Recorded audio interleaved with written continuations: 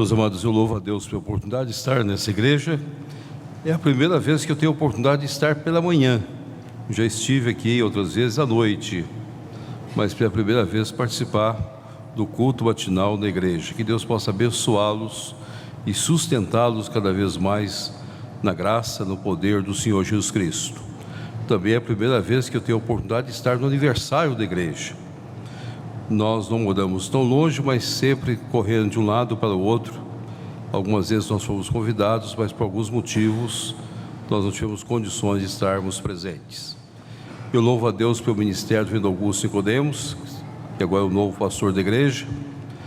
Nós temos uma amizade já de muitos e muitos anos, e não só uma amizade, mas nós compactuamos ou participamos dos mesmos ideais em prol da Igreja Presbiteriana do Brasil. Nesse período agora eu tenho tido a alegria de tê-lo como vice-presidente do Supremo Concílio. E é muito bom ter um vice-presidente que a gente compartilha, a gente conversa, a gente tem um diálogo muito franco um com o outro sobre os mais diferentes momentos da vida da igreja, sobre aquilo que a igreja atravessa, sobre aquilo que a igreja precisa, sobre os sonhos de nossa igreja, sobre os posicionamentos da igreja em cada ano. Eu estou na presidência do Supremo Conselho desde 2002. Então, desde 2002 eu venho convivendo com a vida da igreja, suas lutas, suas batalhas, seus momentos, sua história em cada lugar, em cada solo brasileiro. Como pastor, estou no pastorado há 40 anos e 33 anos na mesma igreja. A igreja de Patrocínio, uma igreja que nós vimos nascer. Hoje nós estamos com mais de 1.100 membros, já organizamos 2 igrejas filhas, temos outras congregações, é uma igreja bastante vibrante, mas pela misericórdia de Deus, eles têm permitido que eu possa servir a igreja nos mais diferentes lugares. Então eu louvo a Deus por estar aqui, eu louvo a Deus pela vida do Augusto, pela sua esposa Minca, que Deus esteja abençoando-a cada vez mais. Essa família tão abençoada pelo Senhor, seus filhos, a obra de Deus na vida dele e o seu pastorado nessa igreja. Nós temos orado para o seu pastorado cada vez mais atuante à frente desta igreja, para a glória do Senhor Jesus Cristo. O nosso texto de estudo esta manhã é um texto que nos convida a pensar em alguns momentos sérios de nossas vidas e alguns conflitos que nós vivemos. Nós temos uma igreja de 80 anos, e nesses 80 anos, muitas vezes a igreja enfrentou muitos problemas, muitas lutas, muitas dificuldades, e a igreja teve de administrá-los, e administrá-los bem, para que a obra do Senhor pudesse continuar existindo para a glória do Senhor. E o texto que nós escolhemos traz para nós, de uma forma muito clara, alguns momentos que nós passamos, não só como igreja, não só como famílias, mas como o povo eleito de Deus.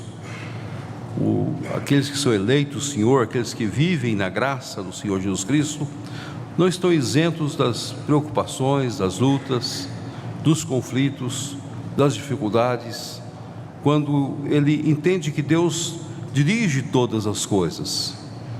É Deus que conduz as nossas vidas. E nós muitas vezes perguntamos, nessa condução de Deus, há muitas indagações: por que nós passamos por este momento, ou por que nós passamos por aquele momento? O que Deus tem nos ensinado, o que Deus tem falado conosco, como Deus tem trabalhado nossas vidas. O texto é a história de Naamã, muito conhecida, história de Naamã, 2 Reis capítulo 5. Eu gostaria que nós pudéssemos ler alguns poucos versículos, e no decorrer da mensagem nós vamos explicando o texto sagrado. Eu diria como a igreja administra, como nós como igreja podemos administrar os nossos conflitos, nossas lutas, nossas dificuldades, diante de situações que sobressaem aos nossos olhos. O texto sagrado assim afirma: Naamã, comandante do exército do rei da Síria, era grande homem diante do seu senhor, e de muito conceito, porque por ele o Senhor dera vitória à Síria. Era ele herói da guerra, porém leproso. Saíram as tropas da Síria e da terra de Faraó, de Israel, levaram cativo a menina que ficou ao serviço da mulher de Naamã. Disse ela à sua senhora: tomara o meu senhor estivesse diante do profeta que está em Samaria, ele restauraria da sua lepra. Então foi Naamã, disse o seu senhor: assim e assim falou a jovem que é da terra de Israel.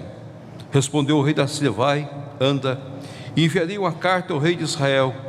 Ele partiu e levou consigo 10 talentos de prata, 6.000 siclos de ouro e 10 vestes festivais.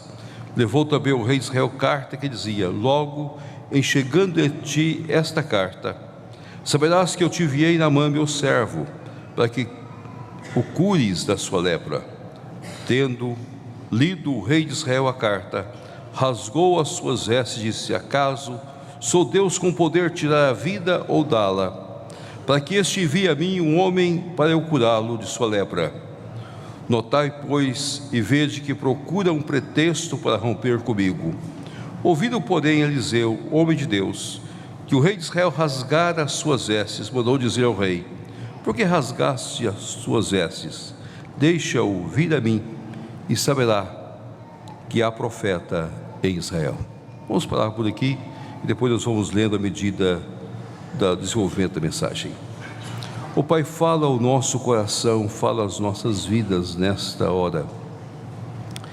Permita a nós o entendimento sagrado do texto que o Senhor coloca diante de nós, para que nós, como igreja, possamos compreender como viver nossa vida cristã. Nós somos uma igreja eleita pelo Senhor, uma igreja que tem experiência da salvação em Cristo Jesus, o nosso Senhor, uma igreja chamada para testemunhar de Jesus Cristo neste mundo que nós vivemos. Temos nossos desafios, temos nossos conflitos, temos nossas lutas. Nos ajude, ó Pai, a aprender a administrá-los diante do Senhor, e que o texto possa nos orientar para a glória, para a honra do Senhor. Nos ensine a expor a palavra de acordo com a Tua graça e Teu poder, em nome do Teu Filho Jesus. Amém. A guerra era entre o povo do Senhor, o povo de Israel, e o rei da Síria. O texto é muito claro diante de nós. O texto mostra inicialmente a soberania de Deus. O texto começa dizendo que o comandante do exército era Naamã, era um grande homem diante do seu senhor, diante do rei. Agora o texto traz uma afirmativa categórica para nós, porque por ele, o Senhor Deus, dera vitória à Síria sobre Israel. A vitória foi dada por Deus, não foi Naamã que a conquistou. Isso quer dizer uma coisa muito interessante para nós, que muitas vezes nós não olhamos nesta perspectiva. Tudo das nossas vidas é um projeto de Deus, é a orientação de Deus. Deus é o Senhor sobre todas as coisas, e Ele dirige tudo de acordo com a sua vontade, de acordo com o seu querer. É Ele que faz todas as coisas nas nossas vidas. Quando o Deus do Senhor, o Rei eterno, o soberano Senhor, que enviou o seu povo de sua terra para o cativeiro babilônico, foi o mesmo Deus que mais tarde trouxe o seu povo do cativeiro para a sua terra. E é Deus que dirige todas as coisas, é Deus que orienta todas as coisas. Mas Naamã, o comandante do exército, levou para sua casa uma menina, uma jovem, a levou como escrava. Naquele momento, aquela menina perdeu toda a sua perspectiva de vida, todas as suas esperanças, todos os seus sonhos. Quando a gente estuda a situação do escravo naqueles dias, nós vamos compreender que aquela menina não tinha nenhuma perspectiva mais, nenhum sonho mais. Ela simplesmente ia servir a casa de Naamã, o seu valor era quase nada. Quando aquela menina observa o quadro diante de seus olhos, Naamã tirando a sua armadura, Naamã desnudando. E à medida que ele tinha toda a sua armadura, todo aquele amparato militar do grande comandante, ela olha e observa que Naamã estava leproso. Aqui vem o primeiro conflito que nós muitas vezes convivemos com ele, nos nossos sentimentos. Aquela menina poderia, naquele instante, desenvolver o espírito de ódio e de vingança, e dizendo o seguinte: Naamã destruiu o meu povo, Naamã me trouxe como escrava, Naamã me colocou aqui nesta casa, mas o meu Deus é o Deus de vitória. O meu Deus é o Deus da guerra. O meu Deus é o Senhor de todas as coisas. O meu Deus é o Deus do triunfo. O meu Deus já está castigando, o meu Deus já está trazendo juízo sobre Naamã, porque ele está leproso. Eu sou escrava, eu não tenho nenhuma perspectiva, mas Naamã também não vai ter nenhuma perspectiva de vida. Meus amados, muitas vezes esse sentimento vem sobre nós diante de alguns quadros da vida. Nós sempre, quando passamos por alguma situação desfavorável a nós e olhamos para o outro lado e enxergamos alguma coisa, muitas vezes o nosso íntimo passa aquela visão: o meu Deus é o Deus de vingança, Ele vai trazer o juízo sobre essa pessoa. Mas não foi assim que essa menina atuou. Não foi assim o quadro dessa menina. O texto se desenvolve de uma maneira diferente. Diante desse conflito, que ela poderia olhar tudo da sua vida, ela sentiu amor, ela sentiu compaixão. E ela olhou para Naamã e disse: se esse homem estiver na frente do profeta, se o profeta puder tratar da vida de Naamã, ele será curado. O seu testemunho foi tão eficaz, tão direto, que a mulher de Naamã anuiu a ele, falou com o seu marido e disse para o seu marido: vá encontrar com o profeta. Diante das nossas lutas, diante dos momentos mais difíceis de nossas vidas, dentro de nós há amor ou há amarguras e tristezas? Há muitas pessoas na igreja que por qualquer situação têm guardado amargura e tristeza a sua vida toda, e têm olhado os quadros não como um Deus de amor e misericórdia, mas como um Deus de vingança e de juízo, e não têm crescido no entendimento da graça do Senhor, de amar as pessoas, de cumprir um ministério diferente, de dar um testemunho eficaz, de mostrar que em Deus todas as coisas são possíveis pela graça do Senhor. Que diferença essa menina! No mundo que nós vivemos como o nosso mundo, de tanta violência, de tanta destruição, de tantas lutas, que diferença seria cada um de nós mudarmos a nossa maneira de olhar para os quadros e compreendermos que cabe a nós não estabelecermos juízo nem julgamento, mas cabe a nós amar, misericórdia, compaixão, não guardar a raiz de amargura nos nossos corações. Naamã foi ao seu rei, contou história, tomou presentes e agora dirige-se ao homem de Deus. Dirige-se até ao rei de Israel. Quando o rei de Israel recebe a carta, quando ele toma a carta de suas mãos, ele começa a entender que ali estava uma questão política. Não era uma questão religiosa, era uma questão política. Mandou este homem até a minha presença para que eu pudesse curá-lo. Senhor Deus, por acaso há um pretexto para uma nova guerra? Eu fico pensando na atitude do rei de Israel, que naqueles dias recebeu um leproso na sua própria casa. Era algo que também não caberia dentro do espírito de Israel. O leproso ficava fora da cidade, ficava fora do arraial, não convivia com as pessoas. E agora entra o homem leproso na casa, trazendo uma carta, e na sua carta, era a carta do rei que havia dominado o seu povo, e o rei de Israel desespera. E naquele momento ele, politicamente, não tinha o que fazer. Ele não entende que ali estava um conflito religioso.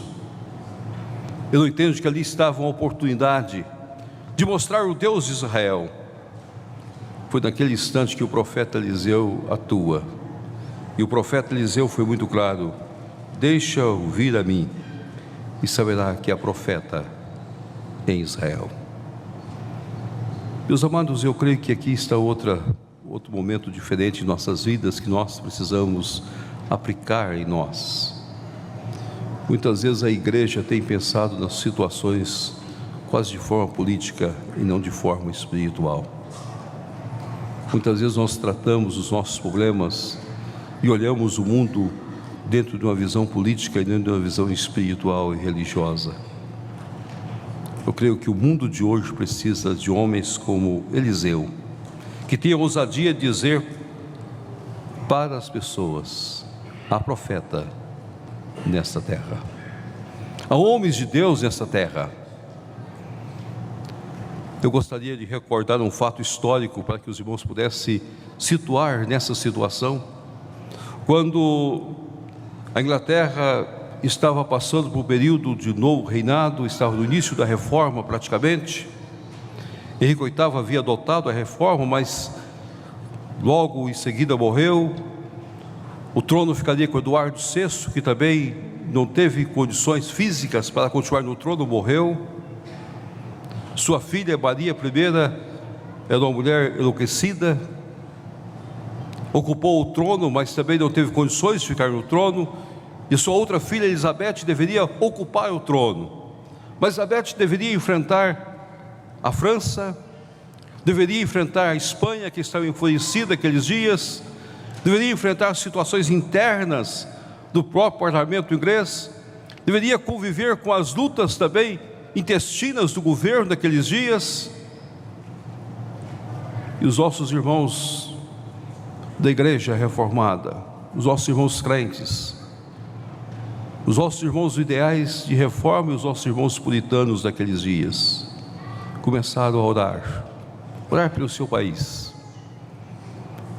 Eles viram que ali não estava simplesmente um conflito político, mas era uma oportunidade de mostrar que há Deus sobre a terra. E há um desafio interessante, o desafio de Filipe. Filipe era rei da Espanha, e ele manda um aviso para a rainha Elizabeth: se ela não saísse do trono, não colocasse novamente no trono Maria I, que ele havia desposado, Filipe havia desposado Maria I, ele mandaria a sua armada, a mais famosa armada de todos os tempos da Espanha, para enfrentar a Inglaterra e destruir naqueles dias. A Inglaterra não tinha armas para enfrentar a armada de Filipe, não tinha condições de enfrentar a Espanha numa guerra. A história cristã afirma que à medida que os navios espanhóis vinham pelos mares para entrar no canal de Gibraltar, os nossos queridos irmãos puritanos iam para as areias orar ao Senhor e clamar a Deus, dizendo: há Deus sobre essa terra, e Deus tem um projeto para essa terra. E a história registra, a história secular registra, que quando os navios espanhóis chegaram, prontos para a batalha, houve uma noite tenebrosa, e os próprios navios espanhóis se debateram uns contra os outros, e se autodestruíram na entrada da Inglaterra. Tiveram de voltar para o seu país, humilhados, destruídos, sem explicação lógica. Os grandes homens do mar não poderiam compreender o que havia acontecido. Os navios se bateram uns nos outros, e se autodestruíram. Nós passamos por um momento difícil no Brasil. É hora de nós, como igreja, orarmos a Deus e termos coragem de dizer nesse Brasil nosso: a Deus, a profeta nessa terra. Eu creio que esse é o grande desafio da igreja, é o grande conflito da igreja. A igreja não vai resolver os nossos problemas politicamente, mas a igreja pode mostrar a este mundo que é uma solução religiosa, e nós podemos clamar a Deus, podemos dobrar os nossos joelhos, podemos ter uma vida autêntica diante do Senhor, nos sentimentos, não de um Deus de juízo, mas mostrarmos misericórdia. Nos atos políticos, mostrarmos que há Deus sobre essa terra. E aí Naamã vai até Eliseu. Eu gostaria que os irmãos olhassem o verso 10 e o verso 11.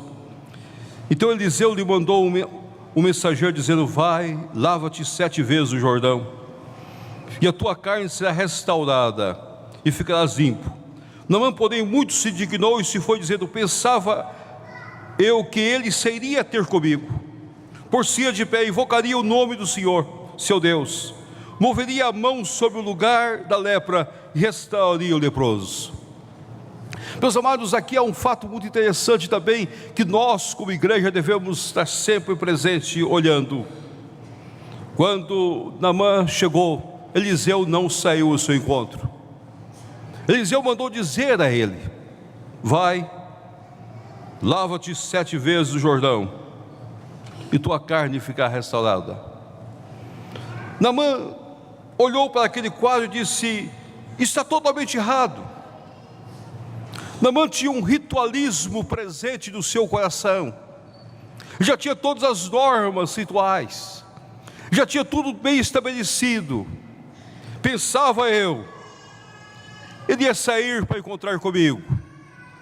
Eu era comandante, eu sou o comandante do exército, eu sou o homem principal, então o profeta viria encontrar-se comigo, por-se-ia de pé, invocaria o nome do Senhor, todo um ritual, tudo bem feito, tudo bem estabelecido, tudo seguindo uma ordem cronológica.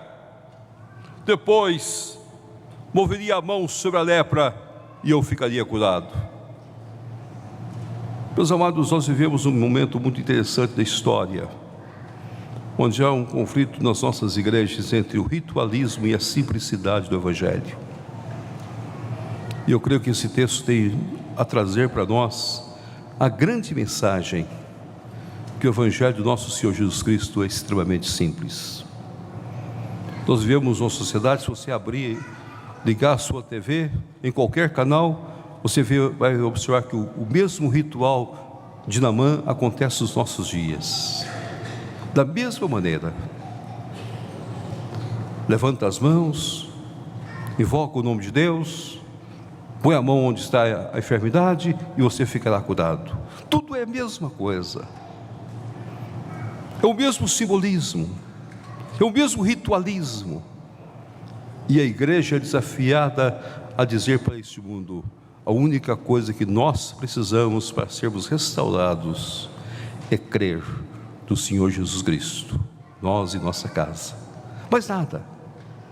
O Evangelho é de uma simplicidade muito grande, e por isso que o Evangelho desafia todo o entendimento, e por isso que a igreja presbiteriana é uma igreja ímpar no mundo em que nós vivemos, porque nós não abrimos mão daquilo que nós cremos, e nós estamos reafirmando as mesmas coisas.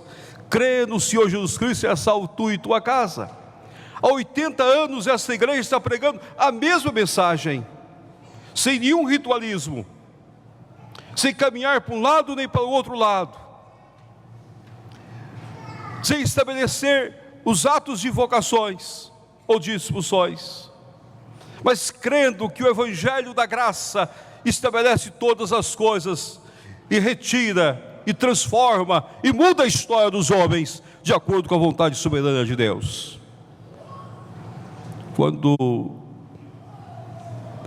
Jesus estava conversando com o jovem rico. Ele perguntou: o que preciso? O que eu devo fazer? Como eu posso adquirir essa salvação? E Jesus tentou tirar dele todas aquelas ideias, levando-o a repensar na sua própria vida, e levando que ele precisava de uma experiência real com o Senhor, de confiança total. Quando o carcereiro de Filipos viu o milagre, lá estava Paulo e Silas, ele deixou bem claro: e agora? O que nós podemos fazer? E Paulo foi bem direto: crê no Senhor Jesus Cristo e será salvo tu e tua casa. Não há mais nada o que fazer. O grande desafio para a igreja dos nossos dias é continuarmos com a simplicidade do Evangelho e não cair no ritualismo ridículo presente na sociedade nossa. Depois de ser coagido pelos seus próprios comandados, Naamã foi curado. E eu gostaria que os irmãos olhassem agora o verso 15 e o verso 16. Voltou ao homem de Deus, ele e toda a sua comitiva. Veio, pôs-se diante dele e disse: eis que agora reconheço que em toda a terra não há Deus, senão Israel. Agora, pois, te peço, aceites um presente do teu servo. Porém, ele disse: tão certo como vive o Senhor, em cuja presença estou, não o aceitarei. Estou com ele para que o aceitasse, mas ele recusou. Meus amados, aqui é um fato muito interessante nas Escrituras Sagradas. Naamã voltou satisfeito, alegre, curado. Foi persuadido por seus comandados. Agora ele compreendeu a essência da simplicidade da graça. E agora ele dirige ao profeta dizendo: profeta, eu quero entregar todos os meus presentes. Por que Eliseu não recebeu os presentes? Por que Eliseu não tomou os presentes e colocou na sua casa? Qual a razão que Eliseu... Há uma razão séria desse texto. Para os deuses pagãos, as bênçãos são motivadas ou recebidas na medida que a pessoa presenteia o Deus. Quanto mais oferendas, mais bênçãos. Parece muito a pregação que você vai ouvir na televisão hoje. Quanto mais você dá, mais você recebe. Se você não dá, você não recebe. Se você é tão miserável que não pode dar nem o seu passe de ônibus, você não pode receber nada. Mas quanto mais você colocar diante de Deus, mais você tem possibilidade de receber. Agora Eliseu fez o contrário. Eliseu disse: não quero nada. O que Eliseu estava ensinando para Naamã é que o Deus de Israel, o Deus verdadeiro, não é movido por presentes. A graça lhe dá gratuitamente. Nós não a compramos, nós não a adquirimos. Pela graça sois salvos mediante a fé. Isto não vem de vós, é dom de Deus. Nós não adquirimos a salvação nem os dons espirituais. Algum irmão podia perguntar: mas pastor, as nossas igrejas não trabalham com dízimos e ofertas? Dízimos e ofertas não tem nada a ver nesse aspecto, porque dízimos e oferta é a expressão da sustentabilidade que o servo de Deus tem. Nós entregamos nossos dízimos, nossas ofertas, e nós consagramos ao Senhor aquilo que nós possuímos, não porque nós somos salvos, mas porque Deus, na sua graça, sustenta as nossas vidas no decorrer da história. É a nossa sustentabilidade. Nós não estamos adquirindo nada. O pão nosso de cada dia nos dá o Senhor. Esta é a garantia que nós temos. Então Naamã teria de voltar com os seus presentes, até para o testemunho do seu próprio rei, para o seu testemunho das próprias pessoas, porque retornando com os presentes, eles iam ter conhecimento que o Deus de Israel não é movido por ofertas, como o Deus Dagom ou os deuses da Síria. Ali estava um momento especialíssimo para mostrar a graça que é mais que todas as coisas. Há 80 anos essa igreja anuncia que a salvação é unicamente pela graça, não por obras, não por feitos nossos. Todos nós somos pecadores, mas todos nós somos transformados pela graça e aceitos pelo nosso Senhor Jesus Cristo. Não é nós que aceitamos o Senhor, mas o Senhor que nos aceita gratuitamente. Ele nos toma e faz de nosso povo para a glória dele. É isso que faz diferença, isso que muda a história, isso que gera novo momento nas nossas vidas. Naamã compreendeu, voltou-se para a sua cidade, para a sua terra. Mas o texto sagrado coloca para nós no final desse texto, e eu gostaria de ler o final para que os irmãos pudessem compreender. Verso 20: Geazi, o moço de Eliseu, o homem de Deus, disse consigo: eis que meu senhor impediu a este sírio Naamã que de sua mão se lhe desse alguma coisa do que trazia. Porém, tão certo como vive o Senhor, hei de correr atrás dele e receber dele alguma coisa. Então foi Geazi ao alcance de Naamã. Naamã, vendo que corria atrás dele, saltou do carro a encontrá-lo e perguntou: vai tudo bem? Agora verso 24: tendo ele chegado ao outeiro, tomou das suas mãos e os depositou na casa, e despediu aqueles homens que se foram. Ele, porém, entrou, pôs-se diante do seu senhor. Perguntou-lhe Eliseu: de onde vens, Geazi? Respondeu ele: teu servo não foi a parte alguma. Porém ele disse: porventura não fui contigo em espírito quando aquele homem voltou do seu carro a encontrar-te? Era isto a ocasião para tomares prata, e para tomares vestes, olivais e vinhas, ovelhas e bois, servos e servas. Portanto a lepra de Naamã se pregará a ti, e a tua descendência para sempre. Então saiu diante dele leproso, branco como a neve. Meus amados, Geazi olhou aquele quadro e disse: não, está errado. Nós precisamos desses presentes, nós precisamos desses benefícios, nós precisamos desses recursos materiais, nós precisamos desse dinheiro o mais rápido possível. Nós temos grandes projetos, há profetas que vão vir à nossa casa, precisam ser alimentados, há sonhos que precisam ser resolvidos, e esse homem não pode voltar para a sua terra levando esses presentes, é muito dinheiro. Eu vou atrás dele em nome do Senhor e vou pedir. Usou o nome de Deus de forma indevida, com mentira. Usou o nome do profeta de forma indevida, com mentira. Encobriu e colocou na sua casa todos os presentes também. E quando encontra-se com o profeta, mente: não fui a lugar nenhum. Mentiras sobre mentiras. E o profeta o confronta, e o profeta leva a pensar na verdade. Aqui eu gostaria de deixar o último aspecto para os irmãos.